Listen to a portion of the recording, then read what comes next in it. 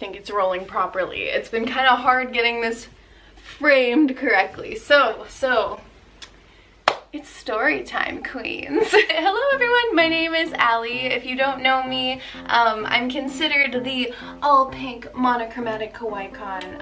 Not the pink queen, but just like one of the many varieties of pink people. So I'm a monochromatic person. I was featured on a couple of Barcroft docs. I also have an Instagram, and that's mainly where I live. I normally don't post on YouTube just because I haven't really seen myself doing any type of YouTube videos, but I thought it was important to at least share this particular story with you. Just given the circumstances and because the fact that we are literally living in a historical moment, so I thought it would be important to tell you guys my story about how I moved to Japan during a global pandemic. Yeah. First things first, it was always my dream to come to Japan, for very obvious reasons, but one of the more important reasons for me that I wanted to come here was because of my grandfather. My grandfather started some of the first study abroad programs in America. He also helped with Japan Airlines and also helped start the Osaka-San Francisco Sister City Partnership. So he was always a big inspiration for me, and I was kind of doomed from the start to be a weeaboo, but I fell down the pop culture hole, if you will, so I was doomed. I never saw myself living anywhere else in the world, ever. Even when I was like 5, 6 years old, I was like, oh, I'm going to Japan.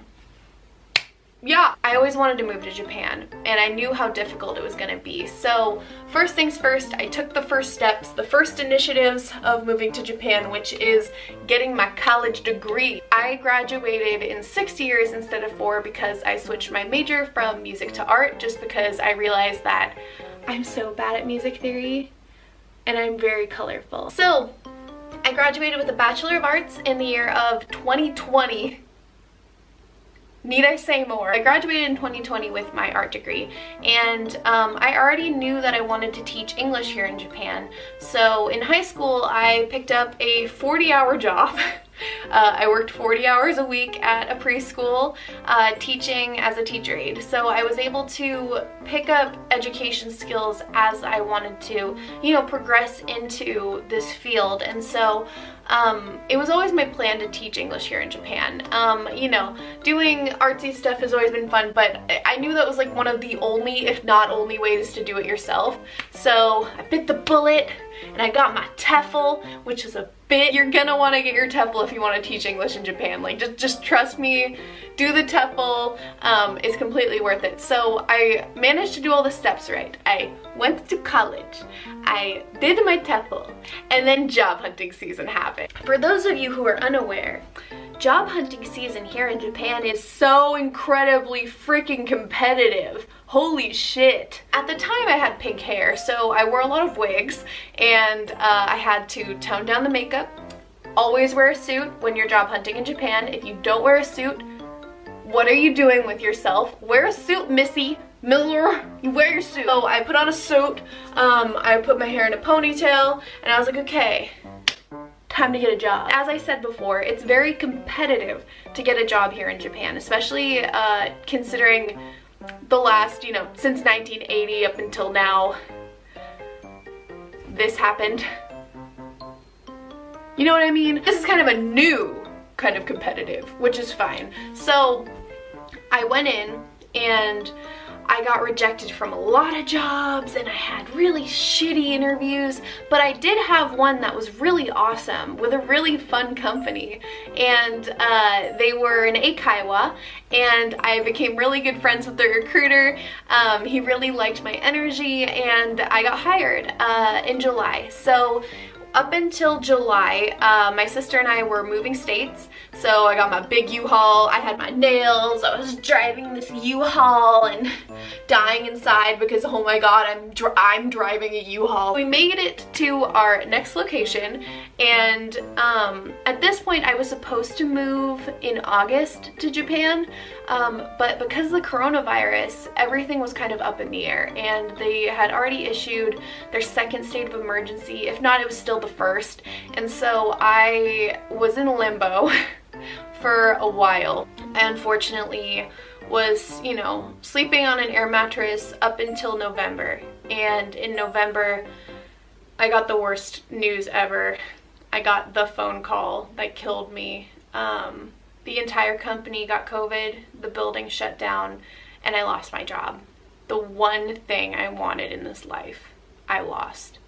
And I was so broken and defeated, and oh my God, it was like having someone die in front of you. And you know, the thing is though with me is that I have this little fire that just never goes out. And it's not that I'm stubborn, it's that I'm very self-assured. So my sister came over to me and she was like, well, now what? And I was like, there is no what, I'm going to Japan. And I was like very straightforward, I'm like, that's all I know. I don't know anything else. You know, ever since I was 7 years old, I knew what to do to move, so I wasn't gonna back down. What was I gonna do, sleep on an air mattress for the rest of my life? So no, I got back up, I put my wig back on, I put my suit back on, and I got back into job hunting. Like I said before, this time the competition was up to 11. I literally was in interviews with tons of people, and it was really difficult because everyone was talking over each other, and they're all like, oh, I did this and I speak Japanese better than you and I'm a man and blah blah blah blah blah. And you know, I'm Pinky, I'm a weeaboo girl, and it's not, when I'm in a professional setting it's not obvious, but during job hunting season, when it's literally what you want to do with your life, I was kind of fucked. I realized that, you know, this is gonna be a lot harder than I thought it was gonna be. So I didn't stop though. That didn't stop me. I started to look outside of Tokyo because my first initial thing was, I wanna go to Tokyo, but it's just not gonna happen right now. And so I knew that. So I instead reached out and I found a company in Gunma, actually a public school. There are two types of visas in the education field here in Japan. There's actually two types of locations. There's Eikaiwa, which gives you the communications visa, and then there's public school, which gives you the instructor visa. Just given the pandemic circumstances, I was looking for instructor visa because it is considered an essential worker. In Japan, there's a system. There's 3 types of things that are important to Japan. 1, Japanese people. 2, Japanese children. And 3, education. And so for me, I really wanted to be a part of, like I said, to teach English. So I found a public school in Gunma, and I met the coolest recruiter on earth, and she really liked my energy, and she saw my drive, and she heard my story. I told her exactly what happened, and I got hired. And the thing is that I was still on the fence, kind of like a brat. I was like, I really want Tokyo because I'm an Instagram girl, blah, blah, blah. But a ton of my friends were like, what the fuck's wrong with you? Don't do that. Don't blow your chances just because it's not Tokyo. I accepted the job, and it literally has been the best decision of my life. But it also took me a while to get here, which is where we're moving on to. How did you move? I got my job, right? We had to wait, so I got hired in November. I had to pick up a part-time job at a massage place, and I worked there up until February. So on the side, I was trying to survive living on an air mattress still.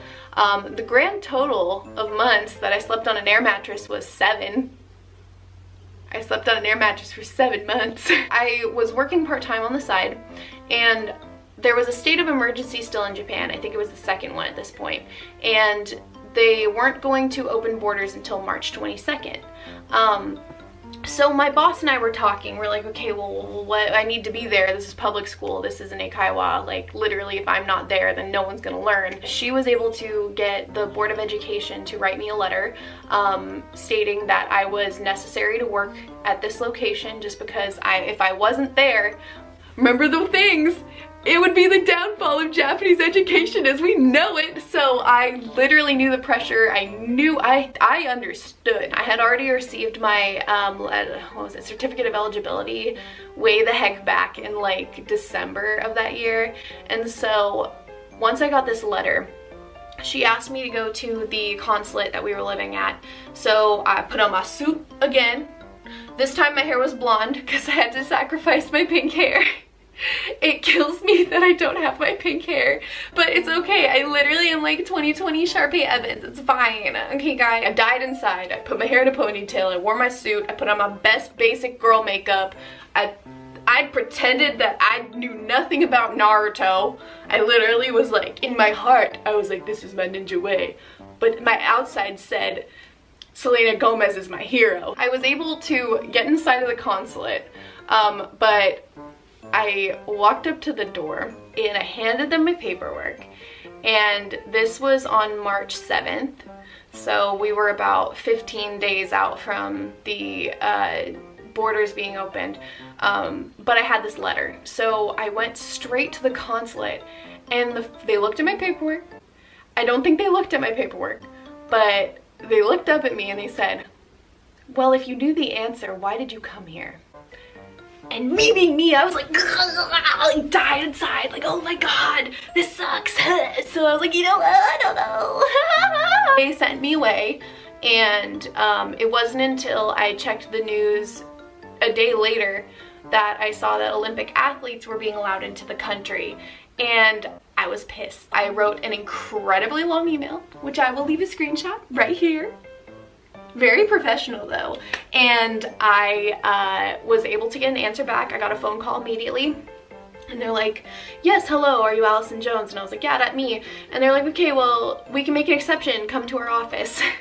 And when I got this phone call, I was in the middle of a photo shoot, so I had pink makeup on, pink contacts on. I wore my suit though. I showed up to the consulate and they literally made a face. They're like, you're the teacher? You're the teacher. And I was like, uh-huh, I'm a teacher. They approved my visa, begrudgingly, and told me that everything was being sent to Tokyo and that it could take up to 2 weeks. So I was like, okay, whatever. So I jumped back in my car and I went home. First week goes by, very excited, every day holding the phone, like, oh my god, I'm gonna move to Japan. Second week goes by, I send them an email, and I'm like, where's my visa? And they're like, we don't know. Third week goes by, I literally want death. Fourth week goes by, have I died yet? And I sent them another email and they said the same thing. Reached out to my boss and I was like, okay, what do we do? The fifth week goes by, nothing, no answers. I was so angry. My boss called Tokyo MOFA, the Ministry of Foreign Affairs, and the ministry informed my boss that they had approved my paperwork 3 weeks ago. Something happened with my consulate, and I have a feeling it was because they didn't like me. Tokyo got real mad, and the consulate was able to issue my visa that same day, and I don't, you know, the more I think about it, I don't think I can forgive them for that. It's just so stupid. You know what I mean? And I understand that it probably didn't look good. Okay, so my camera died. Sorry about that. I'm just gonna scooch up real quick so you don't have to see my messy floor with all my Japanese studying stuff.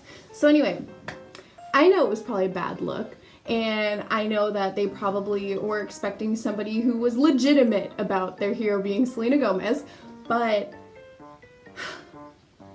I don't think I can forgive them for literally snubbing me, and I believe purposely hiding my paperwork from me. So that happened. I at least was able to get my visa for free, which was great. That nightmare ended. And I was able to scrap up the last pennies I had to get a plane ticket, and I maxed out my credit card, and I showed up to the country with literally $10 in my pocket. And it was intense. But another thing that happened was I had to go through the quarantine process. So I guess this is a good time to like switch angles now that I think about it, because we're going to be talking about that. So once I landed in the country, I had to provide this very specific government form, right? And it had my COVID test results that were both negative. I took 2 on purpose just because I wanted to make sure that I was allowed into the country and that people would not laugh at me for being pink, and also know that I was like legitimate. And so I got all my testing done. And once I came into the country, it took about 3 hours to go through the second quarantine process. So what happened was that I got a new test taken. I had a saliva test administered. Once the saliva test was done, I then took that paperwork to 6 different tables. Each time they were just to confirm my identity and to confirm my reasons for entering the country, and also to apply for residency. And so they also had to show me these specific apps that I had to download, which I will leave right here.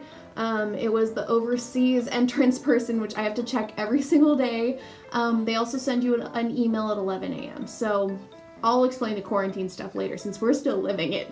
But basically, I got all of that stuff done. I had all this paperwork, and then I finally was able to meet my boss, and he brought me here, and now I'm in quarantine in Japan. The way that quarantine works is that I have a daily check-in at 11 a.m. I'm already 1 shot in, so I was very lucky because there was a new variant has just gotten into Japan from India, and a man literally died in a week from coming here. So I'm one of the very lucky ones. I'm literally one of the only people vaccinated at my school, and that's kind of sad. So I've been able to just check in every day at 11.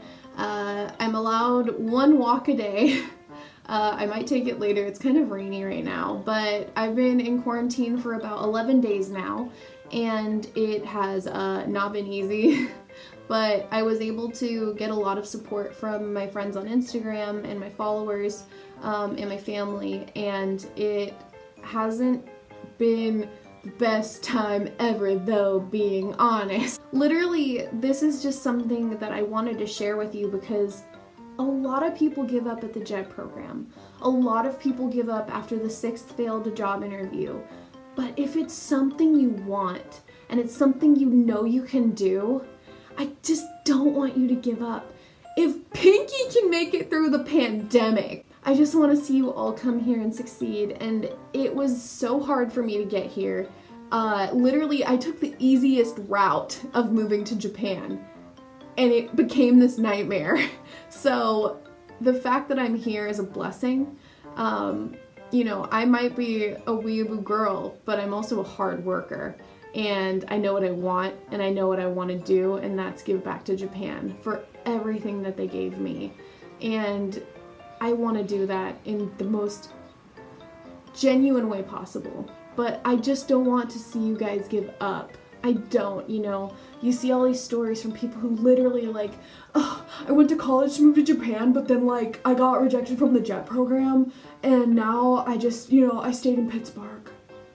Don't stay in Pittsburgh, boo! Like, akira mendayo, omae! Don't give up, you know? It's just, I don't want to see you give up, okay? So, that's my horror story. The most epic immigrant story anyone could have asked for. You know, I was joking way before the pandemic. I was like, you know, I want an epic immigrant story. I got my epic immigrant story. I wanted to tell this story because it's important and it's a part of history and it's something I'm currently living in, but I'm not taking anything for granted. I will never, ever, ever take this for granted. I am blessed that I got here, and I'm not saying that in the weeaboo way. I'm saying that in the people literally can't come into the country way. I mean, dead ass. So, yeah. I just hope that this at least gives you an idea of what it's been like to try and get into the country. It's very hard, but I have hope that all of you international students and all of you guys are able to come here as soon as possible, because it's not easy and it shouldn't be this hard. So just please don't give up. If you have a dream, fight for it. It doesn't matter if you're pink or purple or blue or orange or a weeaboo or a not a weeaboo, a weapons collector or a dakimakura holder. You deserve to be here, and you just can't give up, okay? So I love you guys. Thank you for listening. I know I'm kind of like not the cutest looking right now. but I'm literally in quarantine and I had to tell this story just because it's so important. So if you want to follow me on Instagram, it's right here. I might make more YouTube videos, we'll see, only because here's my thing, I didn't want to come here to be a YouTuber, I came here to do music and teach children, so that's what my intentions are. But if you want to hear more of my funny stories and like the weeaboo stories, my why I wanted to move to Japan, I can totally do that, just let me know down below. But please don't give up, never give up, don't give up, that's no fun. Live your life. Okay, I love you, goodbye.